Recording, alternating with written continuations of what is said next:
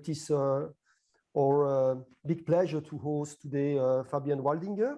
Fabian is a professor of economics at the University of Munich, and so Fabian has worked on many different topics like things related to the process of science, peer effect in science. He has worked on student migration. He has many historical papers, for instance, on Nazi Germany, and so the paper that he's going to present today is part of this bunch of papers. And of course, if you look at the record of publication of Fabian, this is really, really impressive.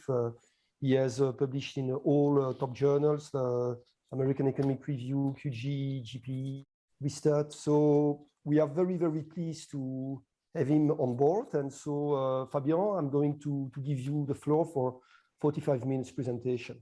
So thank you very much for accepting the invitation. Well, thanks, Michel, for the very kind words and for the invitation to speak to really such a great crowd of people who work on migration. And I think that's actually going to be very useful for this paper. So I'm going to talk about scholars at risk, academic networks, and high-skilled emigration from Nazi Germany. This is a joint paper with Sascha Becker, Volker, Lindenthal, and Sharun, Mukand. And so in recent years, academics have faced increasing persecution in many countries. For example, last year, there were 341 attacks on universities in 58 countries. And particularly prominent examples over the last few years was the persecution of academics in Turkey, where actually thousands of academics have lost their jobs. In Hong Kong, some academics have faced persecution in the wake of these demonstrations. And Hungary, we all probably know the example of the Central European University that had to relocate to Vienna. And possibly the most prominent example of persecution of academics is the persecution of Jewish academics in Nazi Germany. And academics at the time, the Jewish academics in Nazi Germany, were among the greatest scientific luminaries of the 20th century. And just to give you some names and examples, in physics, Albert Einstein and James Franck and Max Born revolutionized physics together with some others. In mathematics, John von Neumann actually had a position in Germany. Emmy Noether and Richard Coulomb were very important mathematicians. In chemistry, Fritz Haber, the inventor of the Haber-Bosch process, which is sometimes coined the most important chemical discovery of the 20th century, was working in Germany. Otto Warburg, Georges Delbezi. In philosophy, Theodor Adorno and Hannah Arendt were working in German universities.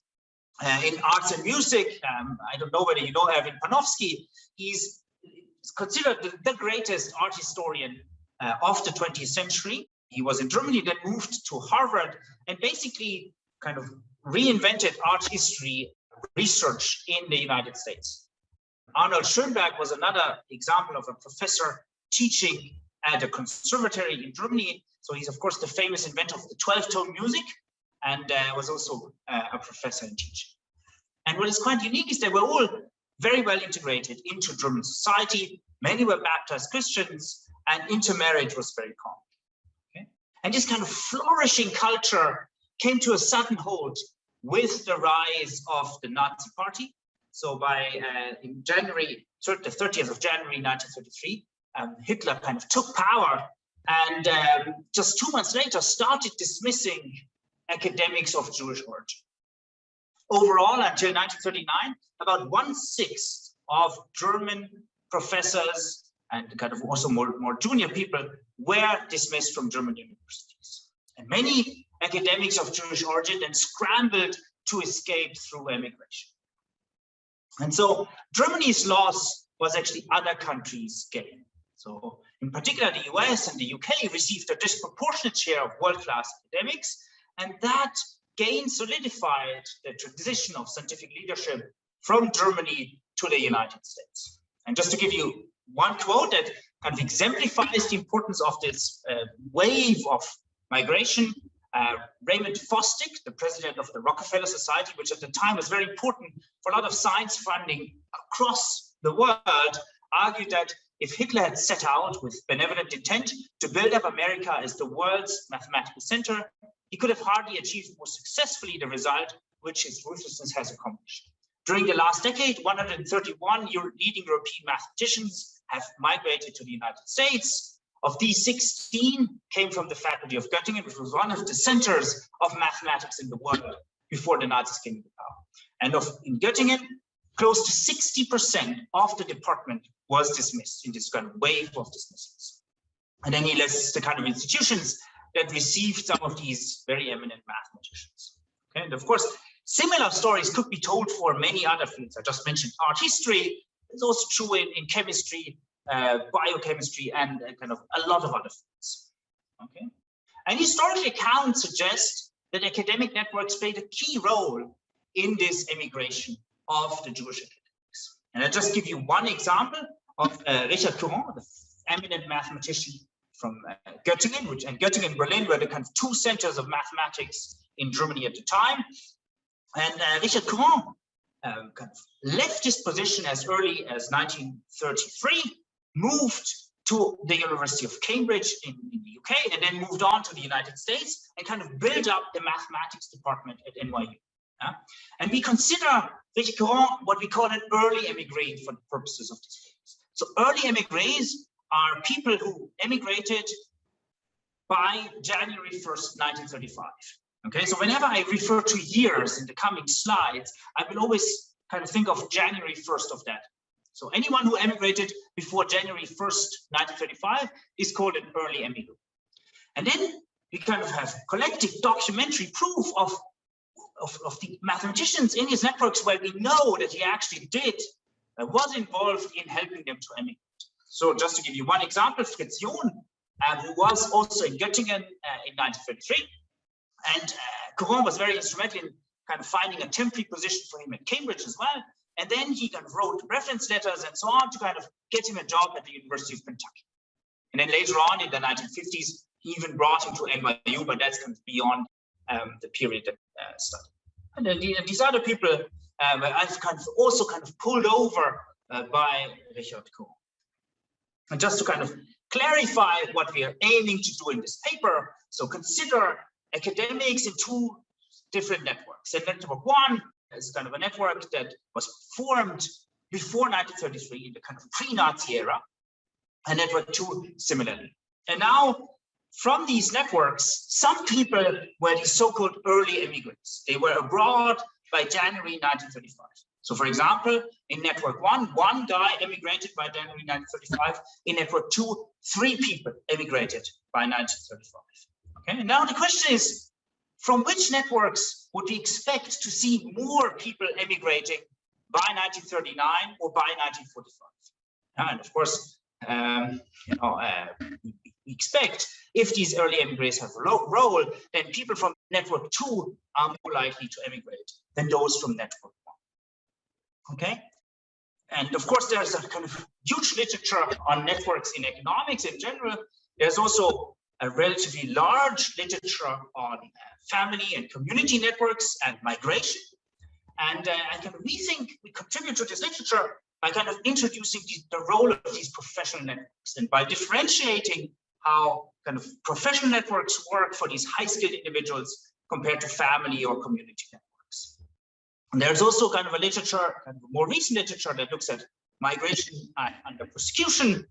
And as Michel has kindly said, I have some work on kind of these academics in Nazi Germany. Particularly, I look at what happened at the German universities after these academics left, what happened to the students, what happened to the colleagues, and what happened to the departments themselves. I also have work on what happened in the United States in fields, in chemistry fields that received these emigres.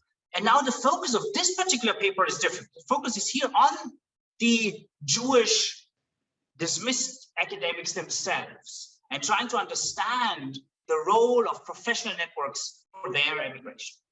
Also in terms of fields, kind of we have broadened now the analysis to covering all academics and not just the sciences, which I had in my earlier work.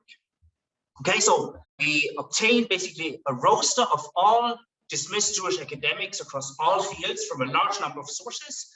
The main source is a so-called list of displaced German scholars, and we augment that with 60 university-specific studies and 16 subject-specific studies.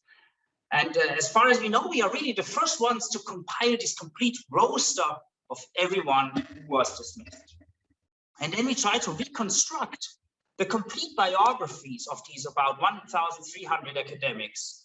And for each year, we basically know where they worked and who their colleagues were and where they emigrated and so on. And so this is kind of really a multi-year effort where we had to piece together information from many, many sources, from these kind of list of displaced German scholars, from these university-specific studies, from subject-specific studies, from shipping lists, publications, patent records, newspaper snippets, naturalization records. We try to kind of pull all this information together and basically then reconstruct these biographies for these about 1,300 academics. And crucially, we also collect information on dismissal reasons. You will see later on why we need that. And the data then allow us to reconstruct the pre-dismissal academic, but also later on family and community networks for all these academics in our data. And so the key question that we try to analyze is whether links, ties to early émigrés facilitated emigration from Nazi Germany. So kind of think of the baseline regression that we try to estimate is this regression here is an indicator variable whether academic I emigrated by 1939 or 1945. And our key explanatory variable is the number of early émigré colleagues that person had from the pre-1933. How do we measure the network? So we basically consider the number of Jewish academics who worked in the same city and subject as academic I in the 5 years before the Nazis came to power. And then, of course, we consider only the early émigrés from that network, which are those that had emigrated by January 1st, 1935. So this kind of measuring for a mathematician in Göttingen, it measures other mathematicians in Göttingen. But of course, if somebody moves around, he knows more people. And that's actually going to be the variation we're going to be exploiting. I'll tell you a bit more in a couple of slides. Fabian? Yes. I have a question. You said on the previous slide that you have all dismissed academics. Is that equal to the universe of Jewish academics? Or, I mean, because otherwise here you have emigration conditional on... It is, everyone eventually was dismissed. Okay, so it is kind of the universe of Jewish academics. Correct. And dismissal and people who quit themselves, would they also be counted there? Yes, they would also be counted because they would have lost their job later on. But that distinction is actually quite important. And we're gonna exploit that in our identification IV strategy. But let me postpone these kind of things on dismissal and kind of leaving the job for like a couple of slides, because I think that's super important, but I think I want to give a bit more background on trying to understand what actually was going on. Okay? But it's super important. So anyone who hears like dismissal, emigration, has distinct things, and that's going to be very important for our identification strategy. So in our main OLS specification, we're also going to control for whether academic I was an early émigré, him or herself. Yeah? So whether that person had emigrated by January 1st, 1935. Okay, and then we're going to add a bunch of controls, and some of these controls are going to be very, very important. And I'm going to preview already the most important control here. We're going to control for subject by city employment controls. So we're going to control for the fact that somebody worked for 2 years in Berlin and then 3 years in Göttingen. Yeah, so we're going to control for that. And then the variation that we will exploit is just from these kind of academic terms. Okay, just before I go into our X variable and how do we identify all these things, I want to tell you something about the outcome, which here is actually quite interesting. And also, actually, some of these, things are very sad. So here, this is the outcome whether academic I emigrated by 1939 or 1945. And you see that by 1939, about 70% of academics had emigrated, and the other 30% had not. And by 1945, that increased to about 80%. Yeah? If you compare that to the general Jewish population in Germany, this is a lot higher than the emigration rates for other Jews in Germany. Yeah? So these academics are really a lot more likely to emigrate. But you see that even among these academics, about 5 or 6% were actually murdered in concentration camps by 1945. Okay, so life was at stake for some of these guys. Okay, so now let me kind of tell you something about the data structure and how we actually measure these networks and how do we identify ours. So this gives you an example of a network. This is the real data now, not just a schematic thing for mathematics. And you see kind of, we put it on a map. So you see kind of Berlin as the big mathematics center and Göttingen kind of the other big center. And then our identification will come from people moving across departments between 1929 and 1933. Yeah, so consider this mathematician number one. I'm going to circle it here. So this was a guy who was first in Munich and then moved to the University of Heidelberg. Yeah, because of that move, he actually knows two early émigrés. Early émigrés are marked in white. Yeah, whereas somebody like mathematician 2 who stayed in Munich only knows one early. And then we consider, hey, is 1 or 2 more likely to emigrate?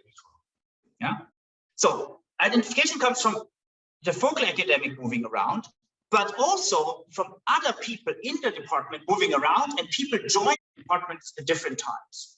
So consider these mathematicians 4 and 5, and they both work in Göttingen. But when academic 4 was in Göttingen, also this academic 3 was there, and then he moved to Aachen later on. Okay, now because 4 was already there when 3 was there, he knows this mathematician number 3. But number 5 joined Göttingen later and doesn't actually know this mathematician number 3. Now, this is kind of part of the variation that we will exploit. And if you squint at this figure, and it's actually very hard to see, you see that those who have more links to early emigrants are more likely to emigrate by 1945. So the gray dots, the kind of light gray dots, are those who have made it out. The black dots are those who did not make it out. If you look at these guys with black dots, they have fewer links to early émigrés. It's hard to see, but I'm going to show you regressions that will confirm this. This is the network for the law professors, and you see that here there's a bit more turnover, also because the field is a little is bigger. So you see just more links and more of these kind of things that help us to identify. Yeah, but just if you in the back of your mind keep, hey, Göttingen, mathematicians in Göttingen are different to mathematicians in Berlin. We're going to control for that. Yeah. So, of course, and I'm sure all of you kind of are waiting for this, and Andreas is kind of highlighting that with this question, is these networks are endogenous. Somebody who knows more early émigrés is probably very different from somebody who doesn't know any early émigrés. Okay, and for two main reasons. First, networks could be endogenously formed in order to facilitate immigration. That's kind of, in any network papers on migration, that's kind of a big one. For us, that's easy to address because we measure the networks in the pre-1933 period when actually these guys didn't want to leave Germany. Yeah, so that's relatively easy for us. Second, and that's also affecting any paper that kind of looks at the role of networks in the migration context, is that because of homophily, networks could be endogenously formed on the basis of confounders that directly affect immigration probabilities. So think of Göttingen that I kind of mentioned a bunch of times. Yeah. So suppose Göttingen hires the best mathematicians, and Göttingen is just a large department because it's just good and people want to work there and kind of get funding and so on. Then people who are in Göttingen are more likely to know lots of early immigrants, and compared to a small place where basically very few people work, and these are kind of not so good people. Yeah. We control for that by including subject times city employment controls. We're going to control for mathematics Göttingen or mathematics Berlin and so on. So that's important. Even the OLS controls for that. Yeah? However, even with that control, there's still a potential endogeneity concern. Because as I told you, we identify off academic turnover. Yeah? But there could be an issue that people who are themselves more mobile, yeah, they know more early émigrés because they've moved around, and so they know many people in Germany. But then, of course, when the Nazis come into power, they also might be more easy to kind of move around to a position abroad. Yeah, and similarly, kind of the guys who just know more early émigrés, even if they've stayed at the same place, maybe there's something in that that kind of facilitates immigration, something unobserved that we cannot observe that makes them more likely to. And to address that concern, we instrument for the number of early émigrés in the network with the number of early dismissals. And here comes again this distinctions between people who emigrate and people who are dismissed early.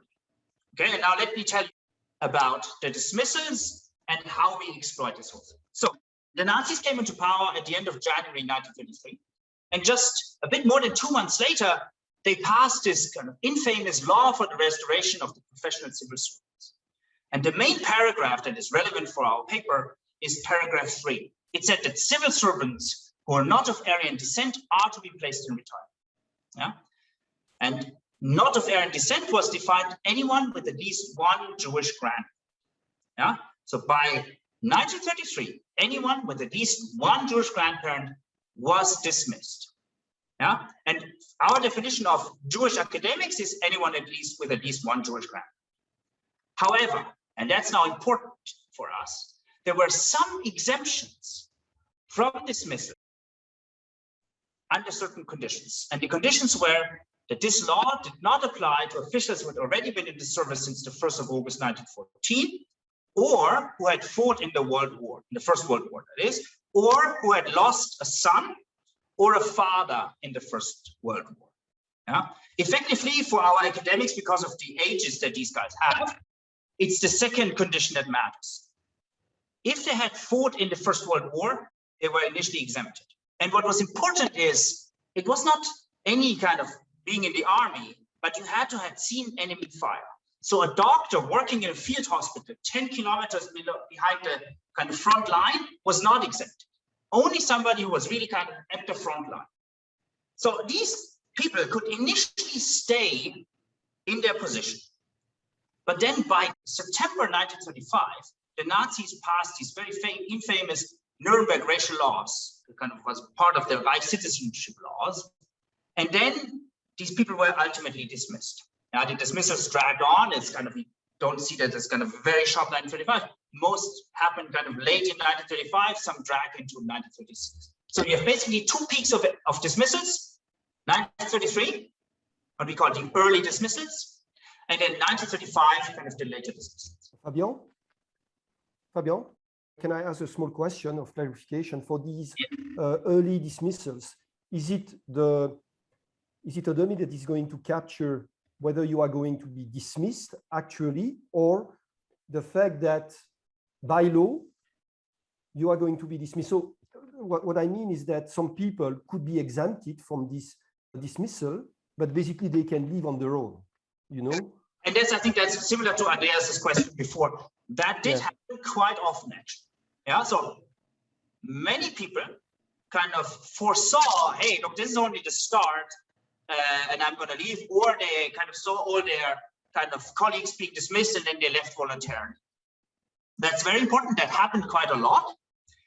But when we use our IV, we will exclude these guys from being early dismissed. Yeah? So for example, James Franck is a very famous physics Nobel laureate. He resigned voluntarily after his colleagues were dismissed in January in 1933.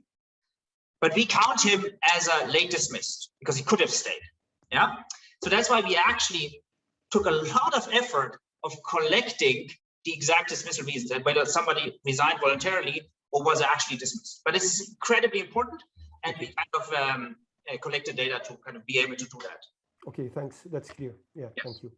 And I think that also answers your question, Andreas. Yeah, but can I ask a second one? Yes, no, go ahead.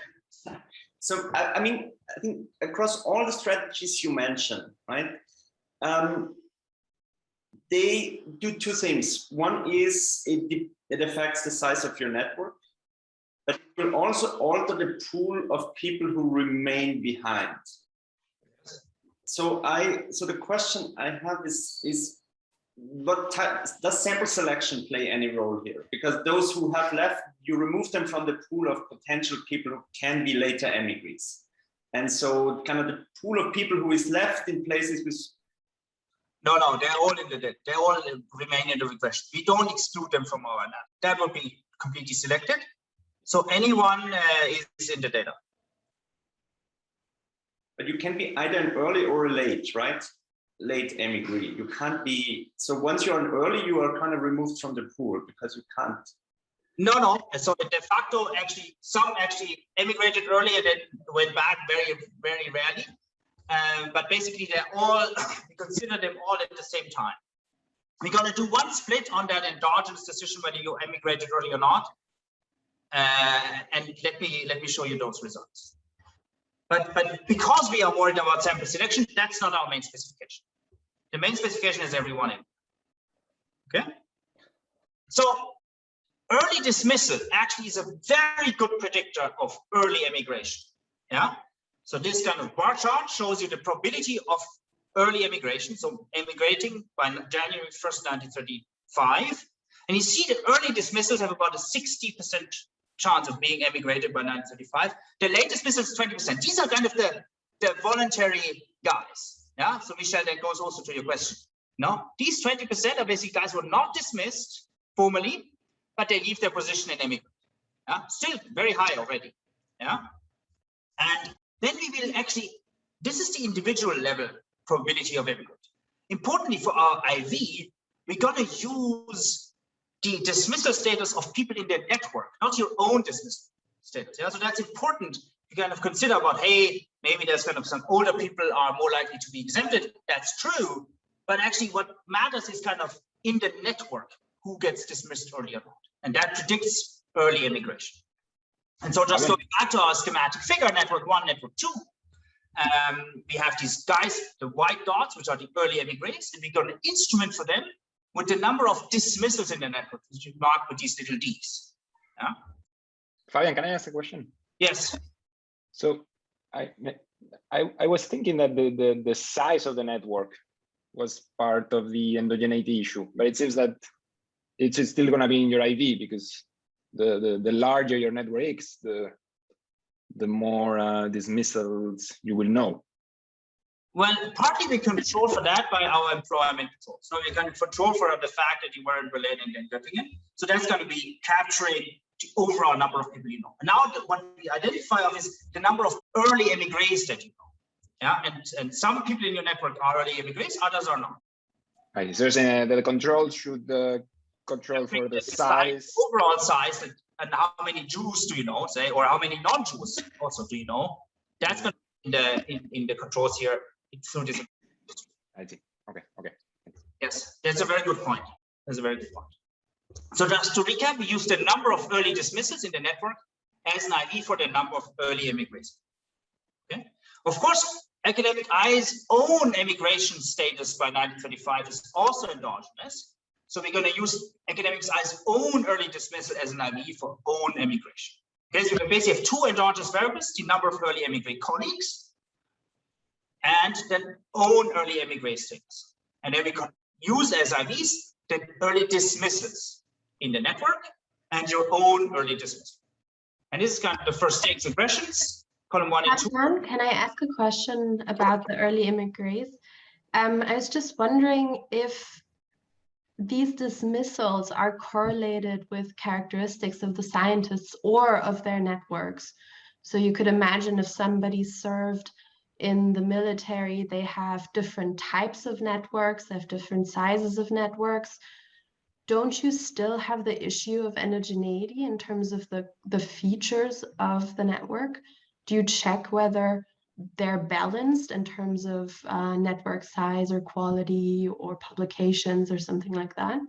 So we're going to control for quality and so on. And we're going to, let me go through these through this thing, and then I show you some stuff where we can correlate your own early dismissal status, which is basically whether you served in the military or not, with the dismissals in your network. Okay, because that's an important question I think that you asked. Yeah, and it turns out that it's not, because look, there's just, you know, serving in the military was really not so much a choice. Yeah, and that's why it seems to be uncorrelated with these kind of things. But I'm going to show you some specification that looks at it. Okay, so this is how the first stage regression, columns 1 and 2, without city by subject employment history, 3 and 4, we include those. And you see that the number of colleagues dismissed early, which is this kind of coefficient here, is a very good predictor of the number of early émigrés in the network. Yeah, and actually it's incredibly powerful because we aggregate at the network level, and this aggregation makes this IV incredibly strong. So you just to compute these kind of these F statistics are crazy high. Yeah. Once we put in our city by subject employment control, of course, they go down because then we only identify of the kind of movements. But even there, it's very, very strong. And so now let's go to this question. So here we regress the number of colleagues dismissed early on your own early dismissal status, on your own age, on your own, whether you're female or not, married, number of children, and so on. And you see that it's kind of these kind of number of dismissal in the network does not seem to be correlated with your own characteristics, yeah, which we find very reassuring. You asked about quality, for example, seems to be uncorrelated with that. Okay.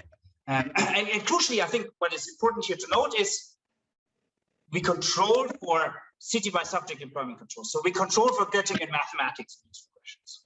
Yeah, if we wouldn't do that, of course they would be correlated, because good people are more likely to be in larger departments and they know more early immigrants. Yeah, but once we put these controls in, it seems to be kind of quasi-random. Okay, so now we go to our main results. Column 1 is OLS. And it shows that if you have more ties to early emigrate colleagues from the pre-1933 professional network, you're more likely to emigrate. The magnitude here is, if you know 10 more additional early emigrants, you're about 5 percentage points more likely to emigrate. And so the mean size of the number of early emigrants that you know is about 11. The standard deviation is about 40. So the 10 is kind of a good approximation of kind of the effect size that we actually see in the data. Okay. And of course, also your own early emigrate status also predicts where you are in 39, whether you've emigrated or not. Yeah, not surprising.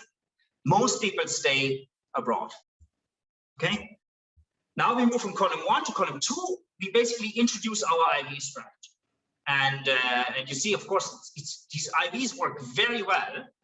And we basically confirm our OLS results. I'm actually also very proud to report that the IV coefficients are actually smaller than the OLS coefficient, which in most papers does not happen. Okay, so here this is but I think it's really a feature that these IVs are very, very strong. Okay, then in columns 3 and 4, we add controls for the and sorry, what is in the baseline controls? Maybe you're interested in that. It's female. It's your history, like your academic rank, your controls for whether you were born abroad, whether you worked abroad in the pre-period, and so on. Okay, so kind of quite a lot already. And in columns 3 and 4, we now add measures of quality. One is what we know the pre-1933 quality is basically the number of biographical listings that you are listed in before 1933. And so academics like to have these biographical dictionaries. And if you're listed in many of those, you're more likely to be good. So for example, the highest ranked physicist in this, according to this measure, is Albert Einstein. And among the top 15, there are like 5 Nobel laureates. So it seems to be kind of correlated with academic reputation. We can also control for the publications of these guys. That's column 4. Okay. In column 5, we now look at emigration by January 1st, 1945. And we still see that this network still matters at that kind of later stage. Kind of 10 years after the early émigrés have actually emigrated. Yeah, so it seems to be very persistent. And in column 6 and 7, now we do the thing we shouldn't do, but Andreas asked for it, so it's good that we did it. We kind of split the sample into those who had already emigrated by 1935 and those who had not emigrated by 1935. Yeah, of course, the networks are measured kind of for all of them. Yeah. And we see that the effect of the early émigrés only affects those guys who had not yet emigrated by 1935. Yeah? And so that seems to suggest that basically how this worked is that early émigrés migrated, they settled, and then they started pulling over people from the net. Look, all of this, what I just said, is kind of advanced storytelling because we're splitting here on an endogenous variable. So really take this with a bucket of salt, but I think it's suggestive of what is going on. Fabian, can I ask a small? Yeah, please go ahead. Sorry, Michel. No, I go ahead. I think my question is really related to these last 2 columns, because I was wondering whether you have data. I mean, you have a tremendous data set but I was wondering whether you have data and characteristics of Jewish academics that were in the network and decided not to emigrate, or decided they could not emigrate at all. If you have data, I think on those people, probably you can use them as a sort of placebo test. Yeah, so the issue here with those guys is with our employment controls, if we control for the people who have emigrated and the people who have not emigrated, it's perfectly collinear to these employment controls. So we cannot actually do that in some sense. We're kind of doing the net effect of that. Basically, some people kind of pull you behind, others kind of pull you out, and it's kind of the net effect that we are able to estimate. Yeah, that would be nice. Yeah. Yeah, a small econometric question, Fabian. It's a detail, but do you use the logit model or you use the linear probability model? Just a linear probability. I mean, if you do it in logit, it's the same. You get very. Yeah, but yeah, for instance, if you maybe if you try to do something like the logit with a control function approach, and you use the same instrument. Yes, we get very similar results. Okay. And yeah, we then decided let's go for the simple thing. It's easy to interpret those coefficients. Yeah, but the thing is that with the control function, I mean, you have also in the second stage equation, in the structural equation, you have an indication of the strength of, for instance, the selection issue. So maybe it gives you also an idea about this importance of looking at the endogeneity of these networks. So maybe. I mean, you see the difference in OLS and IB is not that big. And the reason is really, I think that these employment history controls are very powerful. That basically controls for a lot of stuff. And that basically, you take out, hey, somebody comes from Göttingen versus the worst place. There's a lot of information in that, I think, that we really can control for already in the OLS. So one thing that we were actually worried, because remember, our identification comes from this academic turnover. And one thing that we were concerned for a long time, until somebody made a very good suggestion, is, hey, look, maybe the employment history tells us something that is able to predict immigration. So maybe the fact that somebody first worked in Berlin and then in Göttingen is kind of very different from somebody who only worked in Göttingen or only worked in Berlin or worked in an unknown place. Yeah. And so what we did is we basically generate placebo networks. What we do is we keep the sequence of jobs of universities fixed, but we change the subject of it. Yeah, so we say, hey, we have a mathematician who moved from Göttingen to Berlin. He was in Göttingen for the first 2 years and then in Berlin for the last 3. And now we basically keep that 2 and 3, Göttingen and Berlin, we keep that in place, but we switch him to art history and count, well, how many people would he have in his network if that was true? And then we take the next physicist from Göttingen and switch him to be an art historian. And the next one, a chemist into physicist, and so on, randomly. And we draw basically 1,000 of these placebo networks. And then we re-estimate both our OLS and our IV. OLS are shown here on the left, IV on the right. And we re-estimate our model with these placebo networks as the explanatory variable. Our main estimate are these red lines, so around 0.05. Yeah, and to our own surprise, usually none of these 1,000 placebo networks gives us a coefficient that is as large as our main effect. And they're basically centered around 0, more or less, on the IB a bit less. And then you have kind of positive effects and negative effects of these placebo networks. But none of the 1,000 estimates kind of is as large as our estimated. And that kind of really gave us confidence that we are really picking something of these early émigrés and not something kind of that comes from this academic work that we don't fully understand. So in the kind of last part of the kind of paper now, we try to understand a bit better how these professional networks operate and whether they are kind of different from other networks. Okay, so the first thing that we do here is in columns 1 and 2, we try to understand whether there's decay in kind of the importance of these networks. And we do that in a way that we kind of look at, hey, how many early émigrés do you know? And you interacted in the last year before the Nazis came into power. versus in the 4 years before the Nazis came into power. Then in the last year, you were at a different place than the people in your network. And you see that really kind of interacting until the last year is quite important. Or we can also do a 2 or 3 year overlap in alternative specifications. We see that kind of really these recent interaction matter, and kind of older interactions matter much less. We can even extend this kind of to do like from 5 to 10 years earlier, they even matter even less. Yeah, so it really seems that there is kind of relatively strong decay in these professional networks. They really help you if you were kind of more recent colleagues, and then after some time, not so much. That's columns 1 and 2. Columns 3 and 4, we kind of try to understand more the kind of geography, decay on the geographical scale. Now we sort of say, okay, some places, not all, but some have actually multiple institutions in one city. So, for example, in Breslau, there's a technical university and a regular university. So a physicist might know physicists from his own university or from the technical university. For our main specification, we pool them all together. Here now we split them up for people in the same department versus people from in the same field, in the same city, but in a different department. And we see that the guys from the same department seem to matter a bit more. The difference here is not statistically different from each other, but it's kind of suggestive that this kind of closer interaction seems to kind of be a bit stronger.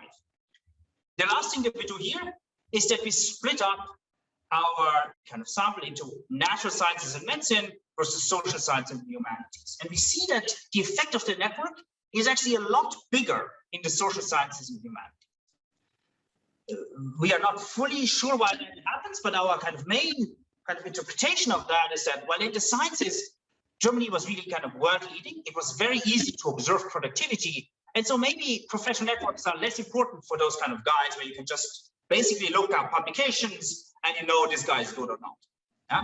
In the social science humanities, people publish books, and it's for a foreign university much harder to kind of identify, hey, is this a good book or not? Yeah, and so here the professional networks seem to play a bigger role. Of course, only suggestive, but I think that seems to be underlying these differences. Then the other thing that we wanted to study is whether these network effects are directional. So they could be both potential explanations. One thing could be people are abroad and then they tell them, hey, go abroad, it's not so bad, you know? Or it's basically, hey, come to the United States or come to the United Kingdom. Okay, and here we see actually the locations where these guys went. Yeah, so you see there are actually two main locations, the United States and the United Kingdom. They're hard to separate because they basically move, and actually many did move via the United Kingdom to the US, like Richard Courant, for example. But there were many like that. Yeah, so we cannot actually separate the two locations, but we basically look at how many early émigrés did you know in the US and UK versus how many early émigrés did you know in other destinations. Yeah, so we have basically here we have kind of two outcomes, whether you yourself emigrated to US or UK or to other countries. And then we have two measures of early émigrés, the number of early émigrés in the US or UK or the number of early émigrés in other countries. And here we have the results, and you see maybe column 1, this is kind of whether the focal academic emigrated to the US or UK. And you see that the more early émigrés he knows in the US or UK, the more likely he's going there. But if he knows more early émigrés in other countries, he's actually pulled away from the US and UK and more likely to go to these other countries. Yeah, and then column 2 does exactly the kind of mirror image of that. Yeah, and you see that these effects seem to be directional. Yeah? Ideally, we would have liked to split this up even more, but because people move around quite a lot, it's not that the migration was, hey, they went and then they went to one country and they stayed, but many had multiple positions, multiple stops. It kind of contaminates, kind of splitting it up more finely. Okay, now the last thing, and I think actually getting your feedback on that from this kind of really great migration crowd is actually particularly interesting. Because I think we kind of think that, at least as far as we know, we are kind of one of the first papers that looks at the effect of professional networks. And of course, there's a lot of work that uses kind of community and family networks to look at migration decisions. And so we have now collected data from a different data source to try to proxy for the family and community networks of these academics. And the data come from this so-called resident listing, which basically is, in terms of data quality, a lot worse than what we have collected for our academics, because you basically only know the first immigration country and you have a lot of missing data. So with a lot of these caveats, that basically should cover most Jews that were in Germany in 1933, but there are a lot of kind of data. But we use that data, because it's the best data out there, to construct two measures of alternative networks, family networks and community networks. The family networks, we proxy for those with the number of Jews who were born within plus minus 10 years with the same family name, living in the same city as academic I, and who had emigrated by January 1st, 1950.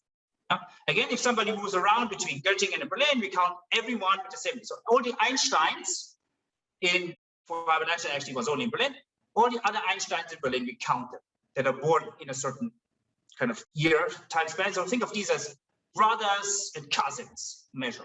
Yeah. We also count the non-family community networks. So basically all the other Jews who have emigrated early from a particular city, who are not called Einstein for our Einstein. Yeah. And so we then add these variables to our measure of professional networks. The first line is always our traditional measure of professional networks, and now column 1 controls or adds the measure of the family, measured by the same last name. And you see that, hey, the family network also matters for these migration decisions, and kind of to a relatively similar magnitude to the professional network. Yeah. But we find it actually quite striking that the effect of the professional network for these guys is actually as large as these kind of family networks, or even slightly bigger. Now, of course, the two coefficients are not statistically significantly different from each other. Yeah, we still do the same in the IB. It's a very similar story. Importantly, also, the effect of the professional network doesn't change if we add these family network measures.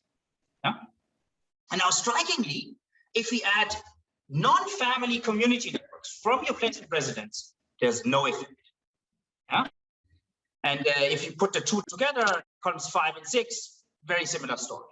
Yeah, these non-family community networks do not matter at all for these high-skilled individuals. Yeah, so you might think, that's more or less what I expected, but actually there is a paper, recent working paper by Lindenthal, that kind of uses kind of a very similar measure of community networks and tells us that it predicts very well the immigration of Jews from Nazi Germany. There are some issues probably with the way they measure that, but kind of the baseline result is that community networks matter for any Jew from Germany, but they do not matter for our academics at all.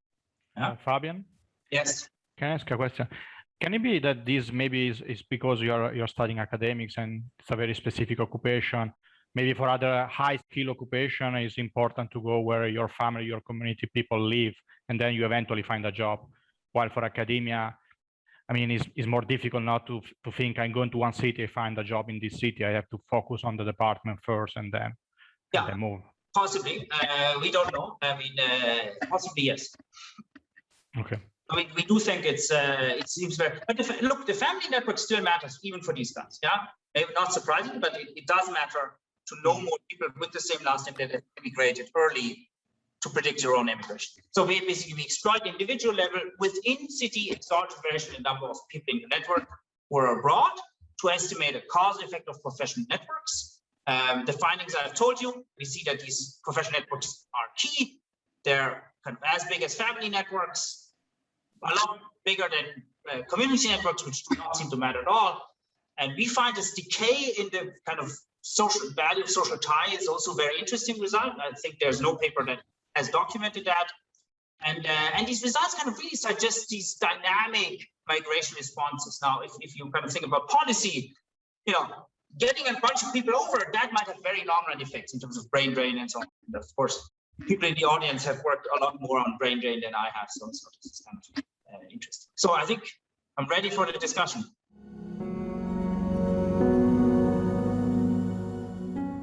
Yeah, thank you very much for this fantastic presentation. There were some questions in the chat. I don't know. There was a question from Anna. I think that it was related to the effect of migration through the network. Yeah, okay. Yeah, I'm unmuted. Okay, perfect. Somehow the camera is not working, but whatever.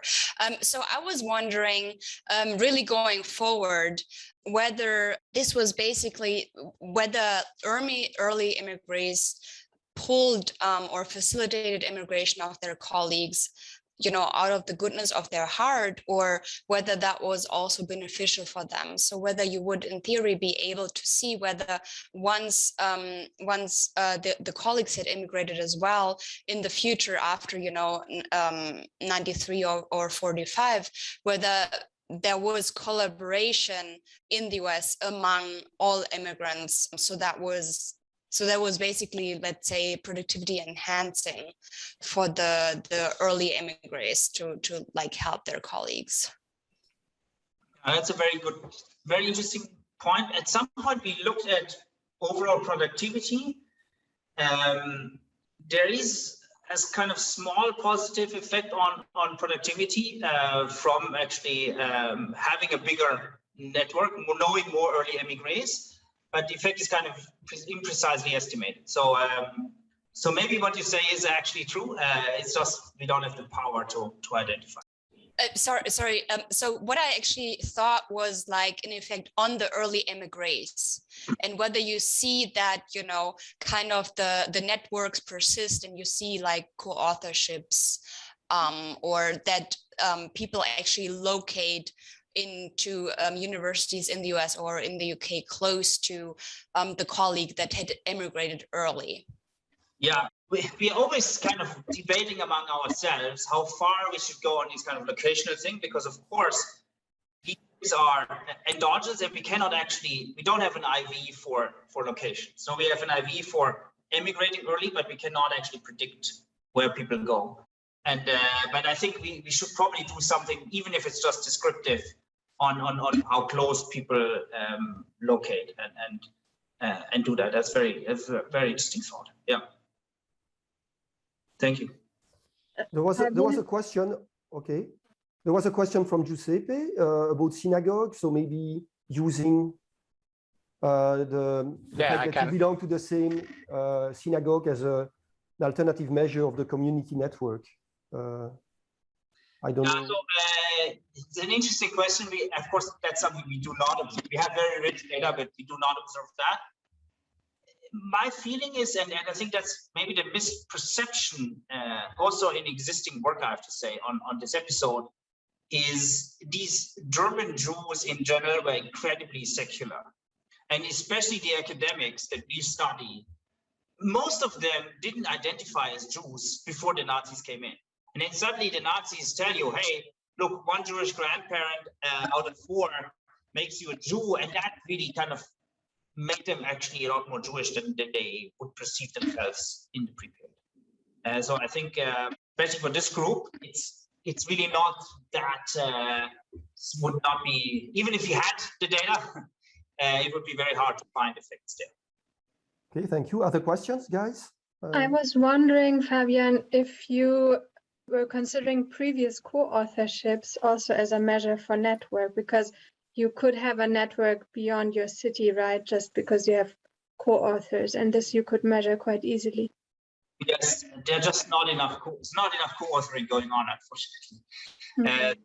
We have too few people who co-author, because of course these are the people we study are basically only relatively senior people, and so a lot of the co-authoring is so 2 things. We only measure publications for people in the sciences, really, and for them co-authoring is very hierarchical. So the professor would co-author with students, but we actually do not observe this, and it's relatively rare for professors to co-author, and we just don't have enough power. Okay. Yeah, we tried, but it didn't work. Okay. Fabian, I had a small question. So should we think that the shock on US departments was sufficiently small so not to be concerned about competition across different German networks? So mathematicians in Berlin being hurt by the number of early dismisses in Göttingen, for instance. Yeah, that's a very good, interesting comment. I can maybe relate to some. I'm just at the moment collecting a very big database on basically all university academics of the world, kind of covering the 20th century. And we see a massive expansion of the university system in the United States in this period. Between 25 and 38, that the number of professors in the US increases by kind of 30%. Yeah, so I think there was enough slack in this thing to kind of not that being first order.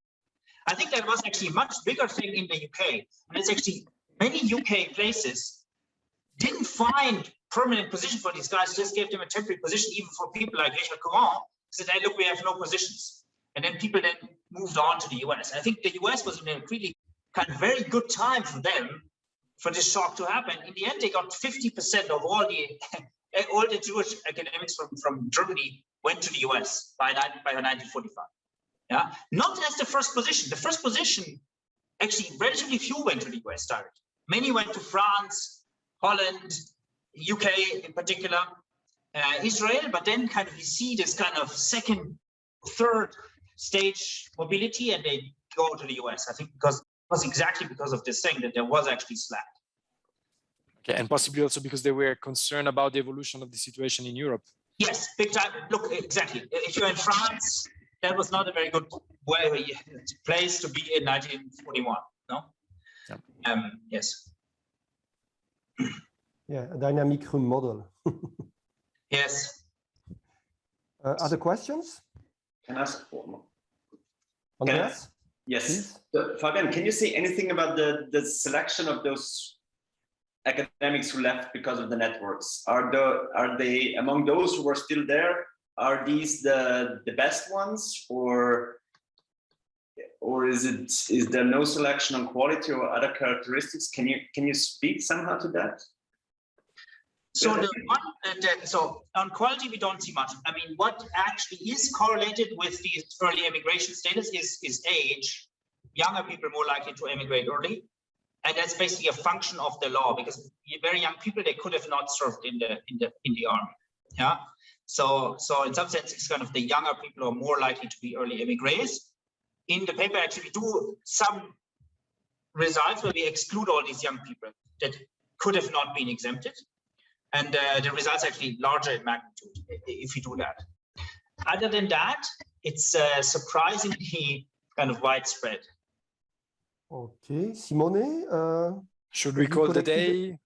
Have you collected other questions, or I should call the day? No, I think we are done. Okay, yeah, it's 6:30. So the first thing is to thank Fabian for the presentation, and also for how he addressed the questions. So it was really interesting. Okay, maybe Simone, you want to make an announcement for the future, or maybe no. So I just remind that we're gonna alternate junior and senior seminars.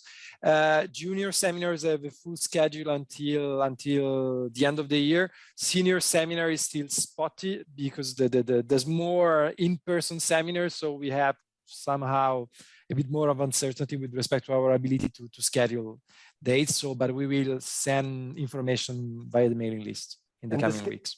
Does the schedule of the junior seminar change with respect to before? So is it still on Monday, or no? It's on Wednesday every 2 weeks. On Wednesday. We alternate on the same same it's good to know. schedule. Yeah, good to know for the community.